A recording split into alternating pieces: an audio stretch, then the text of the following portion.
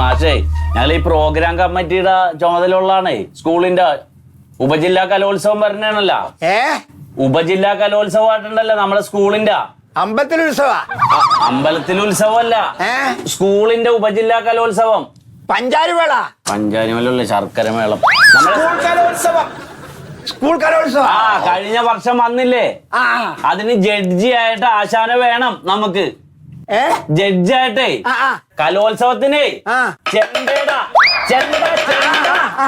ചെണ്ടയുടെ judges ആയിട്ട് ഇരിക്കണം ആശാൻ. അപ്പൊ ഏതായാലും അടുത്തോളം വരേണല്ല, അവിടത്തോളം വരുമ്പോ മിമിക്രിക്കും ഇരിക്കണം. രണ്ടെണ്ണത്തിന് പൈസ മിമിക്രി അറിയില്ല. അതെ, കുഴപ്പമില്ല. അറിയണ രണ്ടാളുണ്ട്, അതിന്റെ കൂടെ ഇരുന്നാ മതി. അതെ, ആശാന് ചെവി കേൾക്കില്ലെന്നറിയാം, പക്ഷെ ഇത്രയ്ക്ക് കേൾക്കില്ലെന്നറിയില്ല കേട്ടാ. ഈ മൂപ്പരൊക്കെ എങ്ങനെയാണ് പിടിച്ചിട്ട് ചെണ്ടയ്ക്ക് ജഡ്ജാക്കുക? സുഗതൻ മാഷ് ചെണ്ടപ്പുറത്ത് കോല് വീണ കണ്ടാലറിയാം രാഘവ മാഷിന് അതിന്റെ രാഗം.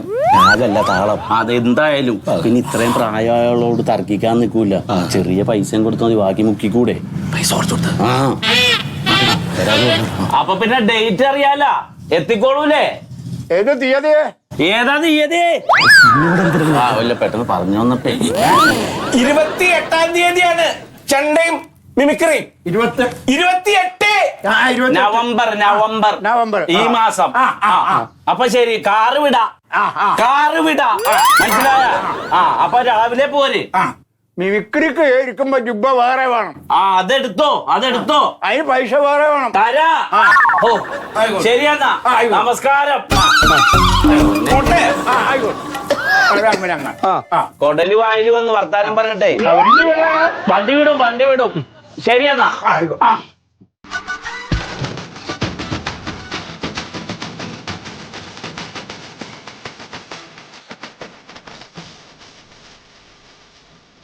എന്താണ് വാസിന്റെ പിന്നെ പനി ചേച്ചി? ഞാൻ ഒന്നേ പറഞ്ഞു അവളെ മെയ്റ്റ് ആക്കണ്ടെന്ന് പറഞ്ഞാണോ? നിർബന്ധം.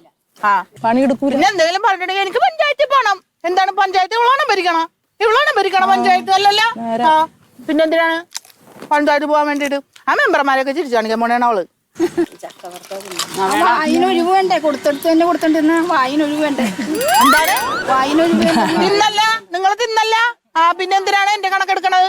ഇത് തന്നെയാണ് കൂട്ടത്തിൽ കൂട്ടാൻ കൊള്ളൂല. അതാണ് ഒന്നിച്ച് നിക്കണ കാര്യം വരുമ്പോഴേ അന്നേരം കുത്താൻ നോക്കും.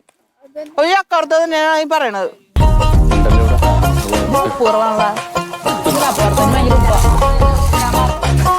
നല്ല തൊഴിലുറപ്പാണല്ല. ഉറപ്പല്ല, തൊഴിലുറപ്പാണ്. ഇല്ല, കണ്ടോതിരി ഒന്ന് കാണാൻ വന്നാണേ. എന്താണ്? അത് നമ്മുടെ ഉപജില്ലാ കലോത്സവമാണല്ലോ, 27, 28, 29 തീയതികളിൽ. അപ്പൊ അതിനൊന്ന് ക്ഷണിക്കാൻ വന്നാണ്. ശനി. എന്താണ് പണിയണ്ട? 3 ദിവസം ഉണ്ടാ? 3 ദിവസം പാത്രം കഴിയല്ല. അതല്ല, ഇങ്ങോട്ട് വന്ന് എന്താണ് ഞാനിവിടുന്ന് എണീറ്റ് അങ്ങോട്ട് വരണ്ടേ? ക്ഷണിക്കാനാണ്. അതെ, വേറെ കാര്യണ്ട്. അതാ വരുമ്പോഴേ എല്ലാരും പണിയെടുക്കണല്ലേ. എന്താണ്? ഈ ചേച്ചി നാടൻ പാട്ട് പാടുവോ? നാടൻ പാട്ട് ഇല്ല അല്ലേ? അല്ലെ അതിന് നമുക്ക് ജൂറിയായിട്ട് തരും. ലുക്കുണ്ട്. എന്താണ് പറയട്ടെ?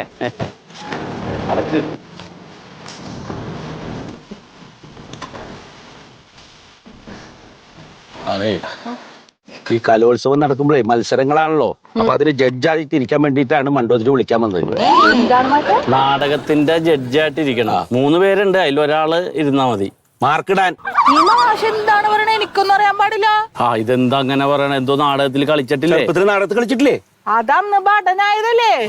പഠനായപ്പോ ഡയലോഗ് ഉണ്ടായില്ലേ? എന്തെന്ന്? ആരെവിടെയെന്ന് ചോദിക്കുമ്പോ അടിയെന്ന് വന്ന് പറഞ്ഞിട്ടില്ലേ? അങ്ങനെയൊന്നും ഉണ്ടായില്ല. ആ കുന്തം പിടിച്ചാണ്ട് അങ്ങോട്ടും ഇങ്ങോട്ടും നടക്കായിരുന്നു. അതൊന്നും ഇനി ആരോടും പറയാൻ നിൽക്കണ്ട. നാടകത്തിൽ അഭിനയിച്ചു അങ്ങോട്ട് പറഞ്ഞാൽ മതി. അവിടെ വന്നിട്ട് ജഡ്ജസ് ആയിട്ട് ഇരിക്കേ, എന്തെങ്കിലും കിട്ടൂലേ? അങ്ങനെയാണെങ്കിൽ വരാം. പക്ഷെ ഒരു കാര്യമുണ്ട്, ഇവിടെ ഒരു ദിവസത്തെ പണിക്ക് 300 രൂപയാണ്. അവിടെ വരുമ്പോ 350 തന്നില്ലെങ്കിൽ എന്റെ സ്വഭാവം അറിയാലോ. 350 തരാല്ല, അധികമാണ്. എന്നാലും തരാം 350. പിന്നെ ഈ ഷർട്ടും നൈറ്റിയും ഒന്നും ഇട്ടുണ്ട് വരരുത്. വൃത്തിയായിട്ട് സാരിയൊക്കെ കൊടുത്ത് വരണം. നാടകത്തിന്റെ ജഡ്ജായിട്ടാ ഇരിക്കണത്. മേക്കപ്പ് ഒക്കെ വേണോ? കിട്ടും, ആവശ്യത്തിന്. സംസാരത്തിനൊക്കെ ഒരു ശൈലിയൊക്കെ ഒന്ന് മാറിക്കോട്ടെ.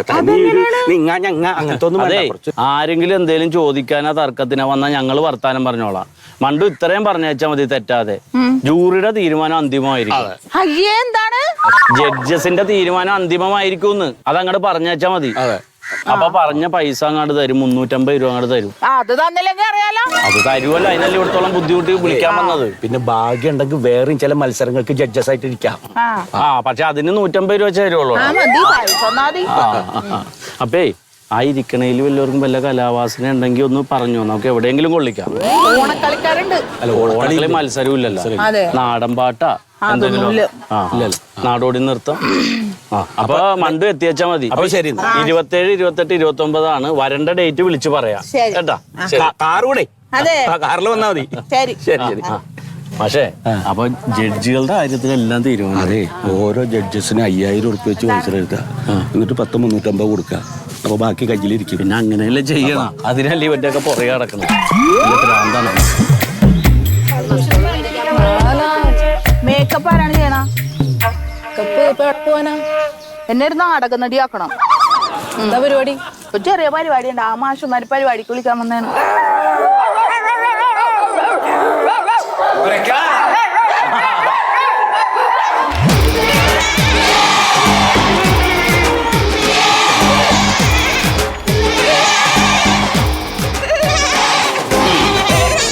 ഇനി വാ പോയില്ലേ? ഉഷാറായില്ലേ? കോട്ടത്തിൽ നിന്നോ. അപ്പൊ ഞാൻ ഒന്നുകൂടെ ബ്രീഫ് ചെയ്തിട്ട് പറയാം. നമ്മുടെ നാടകത്തിലെ പ്രധാന കഥാപാത്രമായിട്ടുള്ള അമ്മ കുന്നിന്റെ മുകളിലാണ് താമസിക്കുന്നത്. അമ്മ തനിച്ചാണ്. മക്കളൊന്നും ഇവിടെ ഇല്ല. മക്കൾ എവിടെയാണ്? എല്ലാവരും പുറത്ത് ജോലിയൊക്കെ ആയിട്ട് പോയി.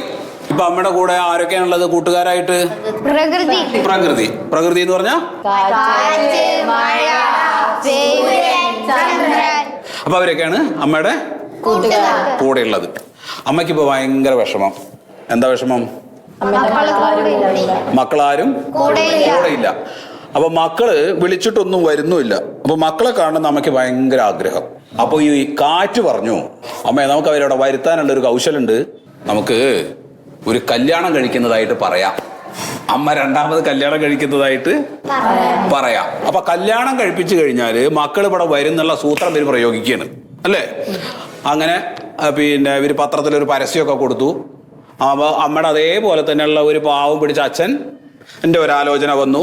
അങ്ങനെ അച്ഛൻ അമ്മയെ കല്യാണം കഴിക്കാൻ വേണ്ടി പോകുന്നു എന്ന് അറിഞ്ഞ ഉടനെ മക്കളെല്ലാരും കൂടെ ഓടി വന്നു കഴിഞ്ഞപ്പോൾ മുട്ടാൻ വഴക്കായി. നല്ല വഴക്ക്. ഒരു മോൻ പറഞ്ഞു എനിക്ക് ആകുന്നു വേണം. മറ്റേ മോൻ പറഞ്ഞു എനിക്ക് മറ്റേ പാടം വേണം. മറ്റേ ആള് പറഞ്ഞു എനിക്ക് ഇവിടെ ഈ തോടിന്റെ ഭാഗം മുഴുവൻ എനിക്ക് വേണം. അങ്ങനെ ഇവര് ഭയങ്കര കടിപിടിയായി, വഴക്കായി, പ്രശ്നമായി. അപ്പൊ എന്തായി? അമ്മ എല്ലാവരും പറഞ്ഞു വിട്ടു. അമ്മ കണ്ടല്ലോ, അമ്മ എല്ലാവരെയും പറഞ്ഞു വിട്ടു. എന്നിട്ട് അമ്മ പറയുകയാണ് അവസാനം, എന്നെ താല്പര്യമില്ലാത്ത ആളുകളൊക്കെ പൊക്കോട്ടെ, എനിക്ക് വേണ്ട, എനിക്ക് നിങ്ങളുണ്ടല്ലോ എൻ്റെ കൂടെ. അപ്പൊ ഇതാണ് നമ്മുടെ നാടകത്തിന്റെ ഒരു സംക്ഷിപ്ത രൂപം. അപ്പൊ ഇനി ഒരു കാര്യം ചെയ്യാം, നിങ്ങൾ എല്ലാവരും നാടകം വായിച്ചില്ലേ? അപ്പൊ ആ നിലയ്ക്ക് നിങ്ങൾക്ക് എന്തൊക്കെയാണ് മനസ്സിലായത്, ഏതൊക്കെ കഥാപാത്രമാണ്, ആരൊക്കെയാണ് ചെയ്യേണ്ടത് എന്നുള്ളതിനെ പറ്റിയിട്ട് ജസ്റ്റ് ഒന്ന് പ്ലാൻ ചെയ്യും. എന്നിട്ട് നമുക്ക് കുറേശ്ശെ ചെയ്ത് തുടങ്ങാം കേട്ടാ. ചെയ്തോ, പ്ലാൻ ചെയ്തോ.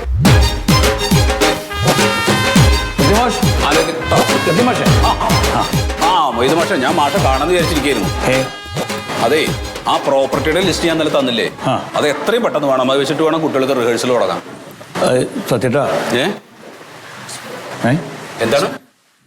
ചെറിയൊരു പ്രശ്നമുണ്ട്. എന്ത് പ്രശ്നം? സ്റ്റാഫ് മീറ്റിംഗിലെടുത്ത തീരുമാനം ഇതിനൊന്നും ഫണ്ടില്ല എന്നുള്ളൊരു പ്രശ്നം. എന്റെ മാഷ, ഇതൊക്കെ നമ്മൾ പ്ലാൻ ചെയ്യുന്ന സമയത്ത് ഞാൻ പറഞ്ഞതല്ലേ. ഞാനതവിടെ പറഞ്ഞു, ഞാനും പറഞ്ഞു, ടീച്ചറും പറഞ്ഞു. വേറെ ഒരാൾക്ക് ഇവിടെ നാടകത്തിനെ പറ്റി ഒരു ബോധമില്ല. ആ ഹെഡ് ടീച്ചർക്കൊന്നും ഒരു തലയിൽ എന്തെങ്കിലും ഒരു ആൾതാമസം വേണ്ടേ. നാടകം എന്ന് പറഞ്ഞാൽ എന്താണെന്ന് ഇവർക്ക് അറിയില്ല. അപ്പോൾ കുട്ടികളുടെ കാര്യം ഇറങ്ങിയത്, അപ്പോൾ ആ നാടകം കളിക്കുന്ന കുട്ടികളടക്കം ഈ സ്കൂളിൽ യാതൊരു ഗതിയില്ലാത്ത കുട്ടികളാണ്. ഓരോരുത്തും നമുക്കൊന്നും ചോദിക്കാൻ പറ്റില്ല. ഇവിടെ ഈ സ്കൂളിൽ ഒരു ഇത്തിരി കലാബോധമുള്ള എനിക്കും ടീച്ചർക്കാണ്. അപ്പം ഞങ്ങൾ ആവുന്നത്ര അവിടെ പറഞ്ഞു നോക്കി, പക്ഷെ മനസ്സിലാവേണ്ട ഇവർക്ക്. എന്താ ഇപ്പം കാട്ടുക?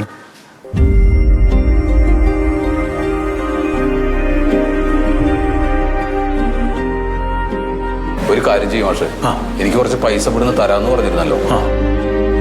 അതിന്ന് പകുതി പൈസ നിങ്ങൾ എടുത്തോ. എന്നിട്ട് അതിന് പ്രോപ്പർട്ടീസ് വാങ്ങിക്കും. ആയിക്കോട്ടെ.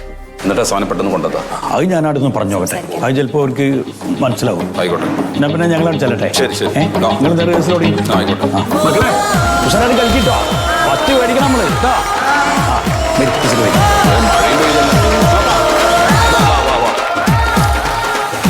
അപ്പൊ നിന്നോ, നീ പറഞ്ഞോ ആരൊക്കെ എന്തൊക്കെ ചെയ്യും പറഞ്ഞേ.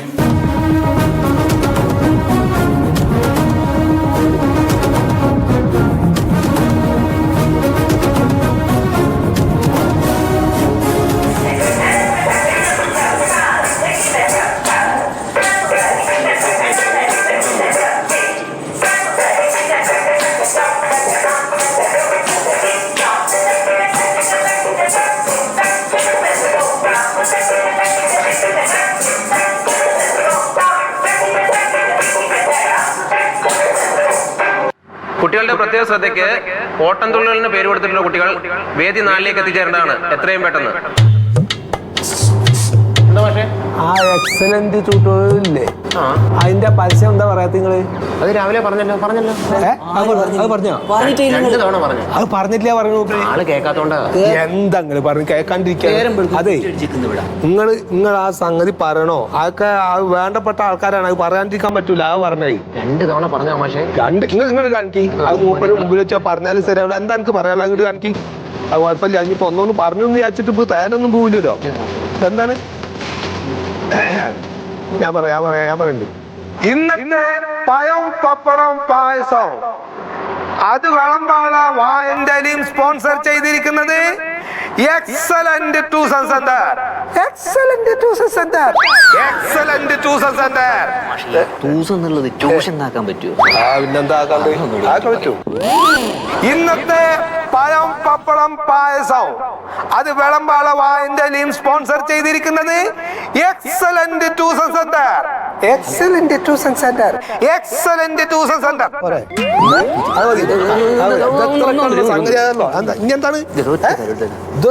ഇനി എക്സലന്റ് ട്യൂഷൻ സെന്ററിൽ പഠിക്കുന്ന വിദ്യാർത്ഥികളുടെ ശ്രദ്ധയ്ക്ക് ശനിയാഴ്ച രാവിലെ 8 മണി മുതൽ സ്പെഷ്യൽ ക്ലാസ് ഉണ്ടായിരിക്കുന്നതാണ്. പ്രിൻസിപ്പൽ അറിയിക്കുന്നു. അല്ലേ?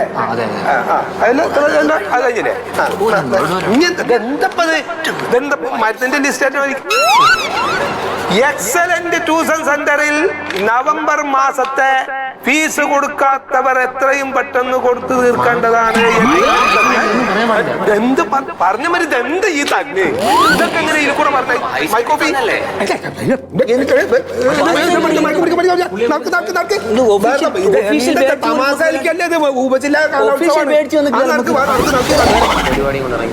പോകുന്നവരൊക്കെ പോയിക്കോട്ടെ.